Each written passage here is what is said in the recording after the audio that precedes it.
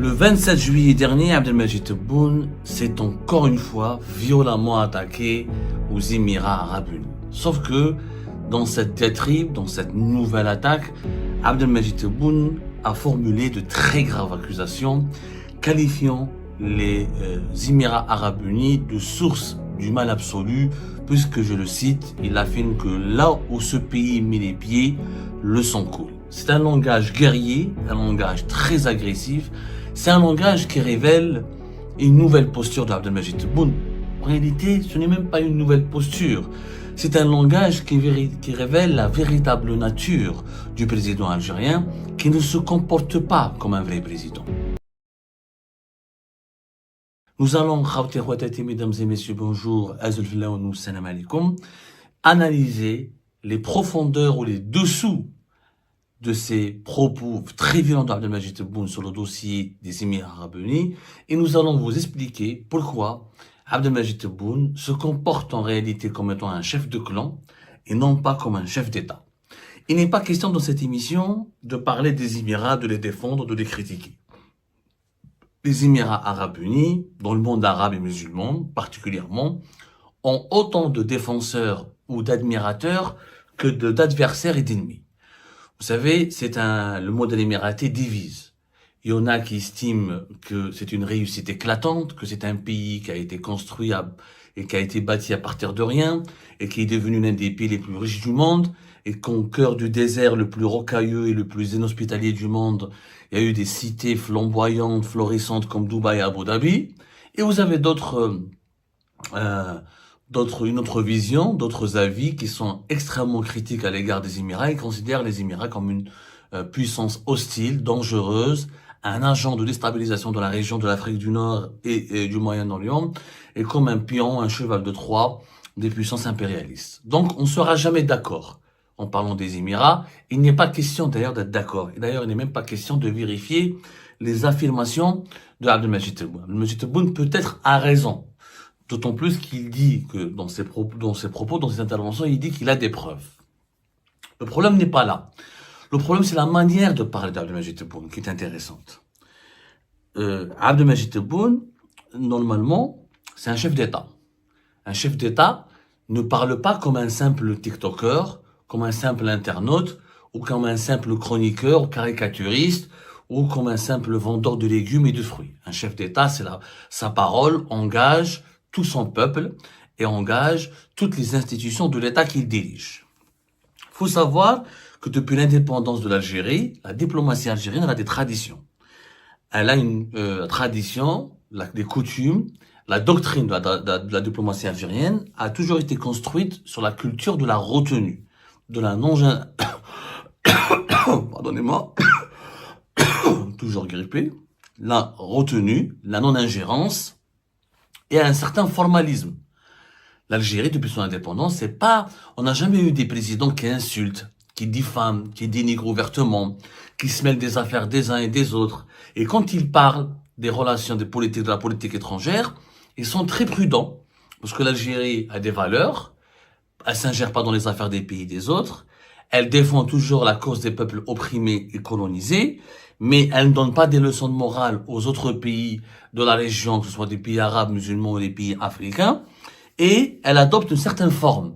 C'est-à-dire, il y a du formalisme. Quand un dirigeant algérien parle des intérêts de l'Algérie au niveau des relations extérieures, il est toujours dans une forme de respect, il évite toute forme de mépris. Tebboune a rompu avec cette tradition. C'est ça le problème. Le problème, c'est pas les Émirats. Tebboune, il a rompu avec sa tradition et il parle vraiment comme un chef de clan qui désigne un adversaire, pas comme un chef d'État qui pèse ses mots. D'abord, Abdelmajid Tebboune n'a jamais nommé les Émirats Arabes Unis. Depuis 2022-2023, ça a commencé, le conflit avec les Émirats a commencé depuis 2022, il a éclaté au grand jour depuis 2023. À chaque fois que le président algérien critique ou insulte, parce que c'est même pas de la critique, c'est insulter. Quand on dit que là où ils mettent les pieds, le sang coule, ce n'est plus de la critique, c'est de l'insulte, c'est de la calomnie, c'est une très grave accusation. Abdelmajid Tebboune n'a jamais nommé les Émirats Arabes Unis. Il part toujours de Douaïla, un petit État, un petit pays. Douaïla,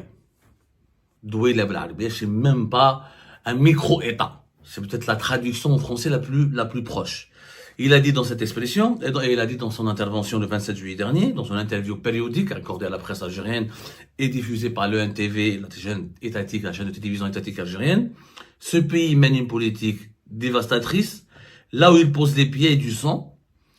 C'est un langage, si on l'analyse sur le plan psychologique, c'est un langage qui n'est pas un langage politique, c'est un langage populiste qui cherche l'impact émotionnel plus que la précision juridique. Il s'adresse d'abord à l'opinion publique algérienne, sensibilisée aux questions de souveraineté et d'ingérence étrangère, et il s'adresse pas à la diplomatie ou aux chancelleries étrangères ou à la classe, ou à l'opinion publique internationale. Quand il dit que cette douée-là, ce micro-État, c'est très insultant, très méprisant. Un chef d'État, il y a très peu de chefs d'État qui parlent comme ça, mais à part quelques dirigeants populistes que l'histoire n'a pas beaucoup retenu parce que leur bilan est catastrophique ou parce qu'ils ont été éjectés du pouvoir, plus ou moins. Il y a Donald Trump qui parle comme ça, mais Donald Trump, c'est pas n'importe qui, c'est le président des États-Unis d'Amérique. Que la première puissance au monde, sur le plan militaire et économique, nargue au mépris d'autres pays, ça peut plus ou moins se comprendre. Mais qu'un pays comme l'Algérie, indépendant uniquement depuis 62, et qui n'est pas un pays riche, ni un pays puissant militairement, ni un puissant, en tout cas pas parmi les plus gros puissants du monde, nargue et insulte un autre pays, c'est quand même un peu bizarre. Donc on ne cherche pas. Abdelmajid Tebboune, il dit qu'il a des preuves. Il ne les explique pas. Il dit pas quelles sont les preuves qu'il a contre les... Ils n'ont même pas les Émirats Arabes Unis. Donald Trump ou d'autres dirigeants populistes à travers le monde, quand ils s'en prennent à un pays ou à un État, ils le nomment. Il le nomme. Tebboune, il dit qu'il a des preuves, après il fait des allusions, il fait allusion à ce qui se passe en Libye, il fait allusion à ce qui se passe au Sahel, ensuite il dit que nous avons, ce pays, ce micro-État mène des campagnes médiatiques et numériques qui visent à fragiliser l'image de l'Algérie. Après, il accuse les Émirats de s'aligner de façon systématique sur avec Israël et qu'il a avec Israël, il s'appuie, il provoque des conflits régionaux, soit au Yémen ou au Soudan. Il accuse clairement les Émirats Arabes Unis de ne pas respecter les équilibres dans le monde arabe. C'est vrai qu'il y a des faits, il y a certains faits qui donnent raison à Abdelmajid Tebboune. Le problème encore n'est pas là. On peut être d'accord avec lui en ce qui concerne le Yémen, le Soudan ou la Libye. Mais Abdelmajid Tebboune ne développe pas un discours rationnel. Il ne dit pas, voilà, j'ai pas envie d'avoir des relations avec les Émirats à cause du Soudan, à cause du Yémen, etc. Dans ce cas-là, on peut faire le même reproche aux États-Unis d'Amérique qui ont envahi l'Irak, qui ont envahi l'Afghanistan, qui sont en train d'attaquer, de bombarder l'Iran. Pourquoi donc on devrait avoir les États-Unis d'Amérique? C'est pas un micro-État. C'est une grande puissance. Elle déstabilise davantage l'ordre international que les Émirats Arabes Unis. Donc est-ce que l'Algérie ne devrait pas aussi appliquer la même logique qu'elle essaie d'appliquer avec les Émirats Arabes Unis et rompre les relations avec les États-Unis d'Amérique? Il y a des incohérences dans la manière avec laquelle Tebboune gère les dossiers des Émirats. Il diabolise uniquement les Émirats comme si les Émirats c'était le seul pays mauvais de la planète et que tous les autres pays, la Russie, la Chine, les États-Unis, qui sont des puissances impérialistes et qui ont envahi des pays ou qui veulent envahir des pays ou qui menacent d'autres pays de la communauté internationale, les autres pays, Tebboune n'en parle pas. En réalité, il y a au moins 4 niveaux d'interprétation à ces propos. Au niveau intérieur algérien, Abdelmajid Tebboune, en fait, adopte une posture de grand frère, il dit que la Tunisie, etc., il veut nous faire croire que les Émirats menacent, c'est eux qui ont déstabilisé la Libye, qui veulent maintenant déstabiliser la Tunisie pour déstabiliser ensuite l'Algérie. Donc, il veut faire croire aux Algériens qu'il y a un ennemi extérieur, il y a un danger extérieur, et que c'est les Émiratis qui entraînent le Maroc dans une course, dans une surenchère d'hostilité contre l'Algérie. Donc, il utilise les Émiratis il utilise les Émiratis ou les Émirats pour faire peur à la population algérienne et pour dire à la population algérienne, le pays est menacé, vous devez faire front commun autour de moi, vous devez vous fédérer autour de moi et vous devez m'accepter comme chef de guerre, donc comme chef de clan qui doit vous protéger. Donc faire peur à la population algérienne. Au niveau arabe, il a dit que Abdelmajid Tebboune dans son intervention, il dit que l'Algérie n'a pas rompu parce que ce que Tebboune, les accusations de Tebboune contre les Émirats sont beaucoup plus graves que les accusations précédentes formulées contre le Maroc. Pourtant, l'Algérie a rompu ses relations diplomatiques avec le Maroc depuis août 2021. Pourquoi l'Algérie ne rompt pas ses relations? L'Algérie a gardé une ambassade à Abu Dhabi. L'ambassadeur émirati, malgré qu'il est insulté, diffamé, dénigré, et il est toujours en poste à Alger. Et l'ambassade des Émirats arabes unis n'a pas été encore fermée. Alors pourquoi maintenir des relations? Selon Tebboune, son argument dans cette interview du 27 juillet dernier, il dit que l'Algérie ne veut pas rompre les relations avec les Émirats pour ne pas aggraver la fracture qui règne au sein du monde arabe. Mais avec le Maroc, tu as aggravé la fracture, parce que le Maroc est un pays qui compte aussi au sein du monde arabe, au sein de la Ligue arabe et au sein du monde musulman. Donc c'est une réflexion qui n'a aucun sens. Donc Tebboune ne fait même pas attention à l'incohérence de ses arguments. Il n'y a pas de cohérence à ces arguments. En réalité, s'il ne veut pas rompre avec les Émiratis, parce qu'il sait très bien que les Émiratis ont des amis puissants au sein de l'Occident. Ils sont très amis avec Donald Trump, très amis avec les puissances européennes, comme l'Italie, comme la France, comme l'Espagne, comme l'Allemagne. Donc, en réalité, Tebboune a compris que les Émirats, c'est pas le Maroc. Les Émirats, ils ont des réserves de change, ils ont des fonds souverains, ce qui est l'équivalent de nos réserves de change, qui dépassent les 1000 milliards de dollars. Ils sont actionnaires de très grandes sociétés, de très grandes multinationales en Amérique du Nord comme en Europe de l'Ouest. Les Émiratis sont aussi les amis des Russes et des Chinois. Ils ont de très bonnes relations avec en fait, les Émiratis, c'est les amis de tous les puissants de la planète. Donc Tebboune, il peut pas les traiter comme les Marocains. Il peut pas traiter les Émirats arabes unis comme le Maroc. Mais ça, il le dit pas aux Algériens et aux Algériens. Il le dit pas. Il dit juste c'est un pays qui nous menace. C'est un pays qui fout la merde, pardonnez-moi l'expression, au Soudan, en Libye, au Yémen. C'est un pays qui fait couler le sang. Donc vous devez avoir peur d'eux. Vous devez être avec nous. Vous devez nous soutenir contre eux. Et vous devez accepter le fait qu'on dirige ce pays le plus longtemps possible, même si on fait de la répression et de la persécution, parce qu'on doit vous protéger contre ces méchants Émiratis. C'est tout. Les Émirats ne sont plus une question de relations extérieures. C'est un enjeu de politique intérieure. Comme le conflit avec le Maroc ne justifie pas et ne permet pas de justifier toute la persécution qui s'abat sur l'Algérie, parce que les Algériens, ils ont bien vu que le Maroc, c'est pas un pays dangereux. On est plus riche que le Maroc, on est plus puissant militairement que le Maroc, du moins sur le papier. Et toutes les études internationales affirment que les rapports de force sont largement favorables à l'Algérie en cas d'affrontement militaire. Et comme le Maroc n'est pas, mis à part quelques véhicules et quelques performances économiques, c'est pas un foudre de guerre.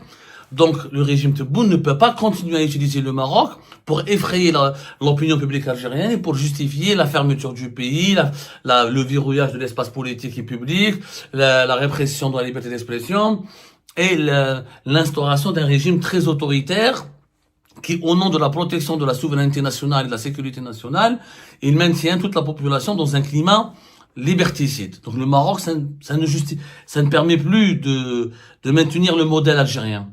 Le modèle autoritaire de Tebboune. Donc, on invente un nouvel ennemi qui est les Émirats arabes unis. Et qu'on utilise maintenant les Émirats arabes unis comme un deuxième Maroc. Mais les Émirats, comme ils sont plus riches, amis et puissants, et comme ils sont impliqués effectivement dans des foyers régionaux, donc c'est le bouc émissaire parfait pour la doctrine du régime Tebboune, afin de verrouiller tous les espaces médiatiques et politiques du pays. C'est ça la réalité. Donc Tebboune, c'est pas un chef d'État. Là, c'est un chef de clan qui, pour se maintenir au pouvoir, il a besoin d'utiliser un ennemi extérieur qui fait très peur à la population algérienne. Et Tebboune, ce n'est pas un chef d'État. Pourquoi? Parce qu'il a rompu avec la tradition, la doctrine traditionnelle de l'Algérie. Il est dans un discours de confrontation.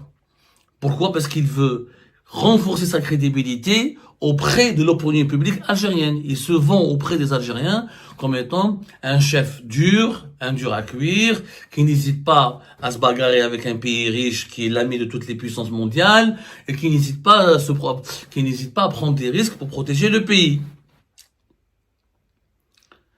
Mais, à travers cette posture, Tebboune perd de la crédibilité, puisqu'il rabaisse l'Algérie à un pays bagarreur qui fait de l'insulte, de la calomnie, et on a perdu notre prestige diplomatique, notre capital sympathie et notre image d'un pays stable, puissant, diplomatiquement respecté, qui force le respect et qui arrive à trouver des compromis avec tout le monde parce qu'il a la capacité de dialoguer, de parler à tout le monde et de convaincre tout le monde. Ça, c'est fini, cette image de l'Algérie.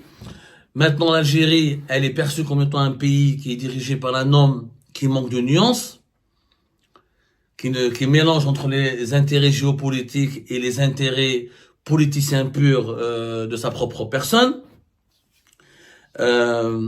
L'Algérie, elle accuse les Émirats. Il y a aussi une contradiction. L'Algérie elle-même est accusée par certains de ses pays voisins, comme récemment le Mali, comme certaines factions libyennes, comme maintenant l'opposition tunisienne. Elle reprochait Tebboune à son régime d'être lui-même un agent de déstabilisation. Est-ce que l'Algérie est plus exemplaire que les Émirats finalement? Quand on voit tous les problèmes qu'on a eu avec les Maliens, l'opposition tunisienne aujourd'hui, ou quelques factions libyennes. Et puis, nous sommes aujourd'hui dans la diplomatie de l'émotion. On n'a plus la diplomatie du bon sens. Auparavant, l'Algérie, elle était dans la diplomatie du bon sens, de la rationalité. Aujourd'hui, Tebboune ne cherche pas à faire des dérapages. Il cherche à utiliser à chaque fois le langage de la confrontation pour susciter des émotions au sein de sa propre population. Donc, il insulte les Émirats, il s'en prend à eux, sans les nommer, parce qu'un chef de guerre, un vrai chef de guerre, il n'a pas peur de nommer son adversaire. Tebboune ne nomme pas son adversaire. Il n'ose même pas nommer son adversaire. Il surfe sur une ligne, parce que s'il nomme son adversaire, il sait très bien que les Émirats peuvent protester auprès du Conseil de sécurité de l'ONU, auprès de la Ligue arabe, auprès de certains nombres d'organisations régionales, et qui peuvent le discréditer en le présentant comme l'agresseur. Tebboune ne veut pas nommer les Émirats, parce qu'il veut que les Émirats jouent le rôle de l'agresseur. Lui, il estime qu'il est agressé et qu'il protège légitimement son pays. Et pour ça, il adopte une logique de rupture, mais sans aller vers la rupture des relations diplomatiques. Pour le moment, l'Algérie, elle a rompu ses relations économiques, ses relations médiatiques et ses relations culturelles. Il y a le strict minimum, mais le strict minimum, il est maintenu. Sauf que dans notre région, et dans pratiquement sur le pays africain, tout le monde et beaucoup de pays africains et beaucoup de pays arabes sont amis des Émiratis. C'est faux de dire qu'il n'y a que le Maroc qui est l'allié des Émirats, ou le général Haftar, ou pas du tout. Les Émirats sont classés aujourd'hui parmi les 5 plus importants investisseurs sur le continent africain. Énormément de pays africains émergents, comme l'Éthiopie, comme le Nigeria, comme le Sénégal, comme la Côte d'Ivoire, comme le Rwanda, sont très amis avec les Émiratis. Donc, Abdelmajid Tebboune a choisi de parler plus fort, pas pour défendre un agenda diplomatique ou parce qu'il a une stratégie diplomatique au niveau des relations extérieures. C'est juste qu'il utilise les Émirats comme un épouvantail pour faire peur à la population algérienne et pour étouffer les libertés publiques et individuelles et instaurer un régime autoritaire.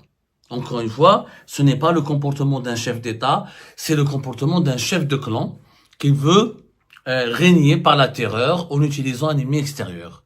Un chef d'État entre dans l'histoire, un chef de clan, généralement, il finit dans les oubliés de l'histoire. Voilà la plus grande différence. Les débats se poursuivent sur les différentes plateformes d'Algérie Pass. Je vous invite à partager massivement cette vidéo et à contribuer activement avec vos avis et vos lectures dans les différents espaces que nous mettons à votre disposition.